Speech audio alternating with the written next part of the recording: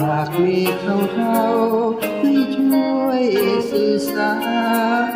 ก่อนจะเพียบพรยังพอหลบทันฟ้าคนนั้นยังมีน้ำใจเจ้าดีน้ำไทยคือฟ้าอดจะจากลาก็ทั้งนายฝากเพียงข้อความมาตัดเยื่อใยด้วยคำง่ายๆจบกันสักทีบอกเขาแล้วอายบอกเคยพักถึงใครตั้งหลักหัวใจรับความผิดหวังก็ทาน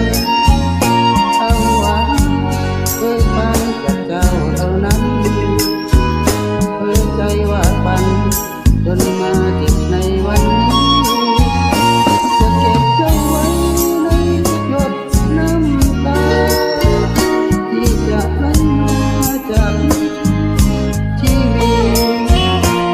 จะจดจำเจ้าแต่สิ่งที่ดีก็เก็บภาพนี้ให้ตายไปกับใจ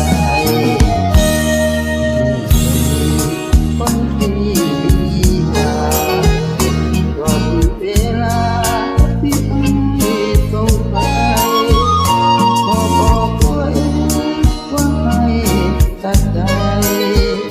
ก้อนความหวั่นไหวกระตุกในใจทุกที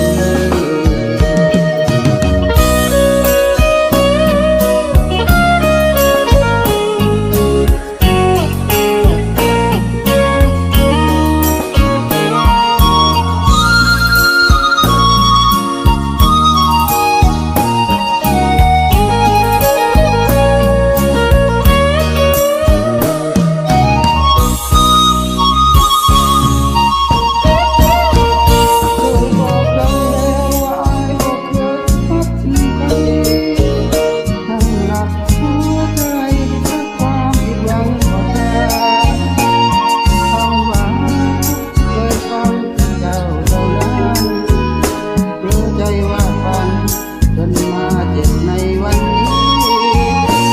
เก็บเจ้าไว้ในหยดน้ำตาที่จะไหลมาจากทั่วชีวิตการจดจำเจ้าแต่สิ่งที่ดีขอเก็บภาพนี้ให้ตายไปกับใจจะจดจำเจ้าแต่สิ่งที่ดีเก็บภาพนี้ให้ตายไปกับใจ